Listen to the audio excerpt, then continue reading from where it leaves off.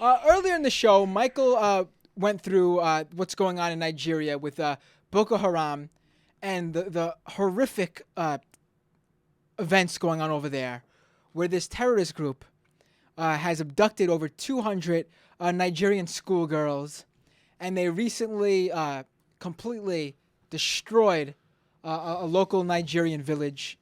It's getting very serious, and it's getting some play here in the press.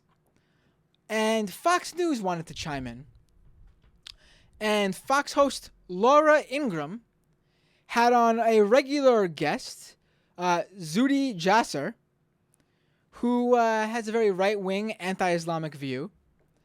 And let's give them the benefit of the doubt, though. They wanted to cover this story, which I welcome. All sorts of press should cover this, left, right, whatever. It's good to see it getting the coverage it deserves. So let's hear how Fox News wants to tackle this. It's good that they do it. Let's hear how they do it. This is so heartbreaking. I covered this on my radio show a few days after we heard about this. This was now a couple of weeks back. And as a mother, you send your child off to school every day and to think never to see her perhaps again. Dr. Jasser, let's start with you. Should the United States be involved here, and what should the U.S. actually do? What can it do? Well, at this point, Laura, the most important thing is to get these girls to safety. They're being used by a radical militant group that just has been bombing churches, and they find every opportunity possible to attack the West. Boko Haram, in their language, means the Western education is a sin. I was in Nigeria a month ago, and the Nigerian government is trying to do what they can, but, you know, to be fair, they've also had a lot of corruption problems in their government. They've allowed many to go convicted and with impunity. So the issue is right now we need to save these poor girls and do what we can to get them to safety. But the bigger picture, you have Secretary Kerry, who just gave a speech in Ethiopia, didn't use the word Islamism, didn't talk about Islamic radicalism. This administration has no strategy, and you have countries like Nigeria where you have an opportunity for reform, 50-50 Muslim-Christian. I would just like to point out that as Fox News and all these other right-wing outlets are going to point out that, why didn't the U.S. government declare this group a terrorist group?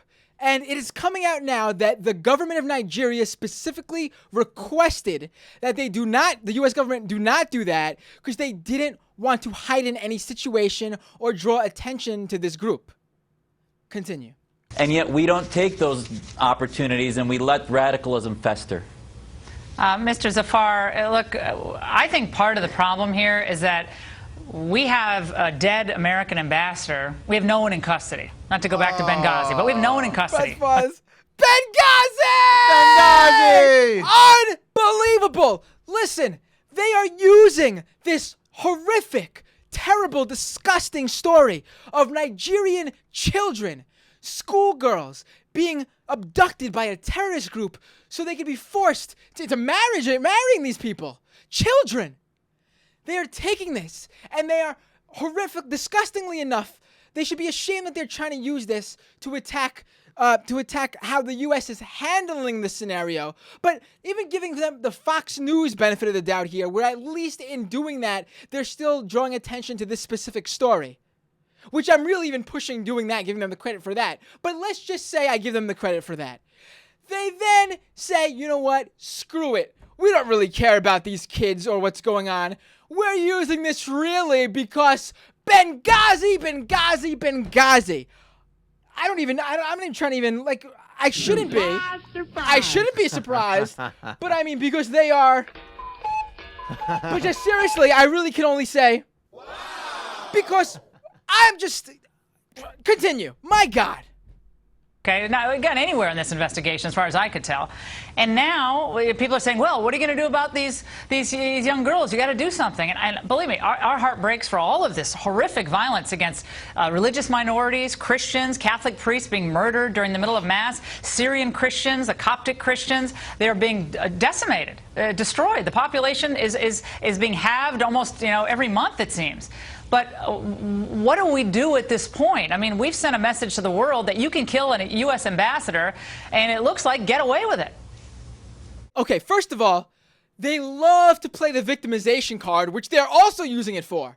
You know, what about all the Christians out there? But yes, it is disgusting and horrific again, what's happening to Christians in Syria and across the globe. But also, they never mention the multitudes of Muslims who are being killed. Never, because you know why? They need to use every story to bring it back to it's the whites and the Christians who are really the victims in all the scenarios. And then again, she brings it to Benghazi. My heart really breaks for these girls, but yeah, your heart doesn't break for these girls because you know why? They weren't abducted from a embassy in Benghazi. I just don't even know anymore. Like, jeez. God. Ugh. You don't even have a board choice here. I don't even know. Very sad story, folks. These children, they're not in any way related to Benghazi. And that's the real issue here.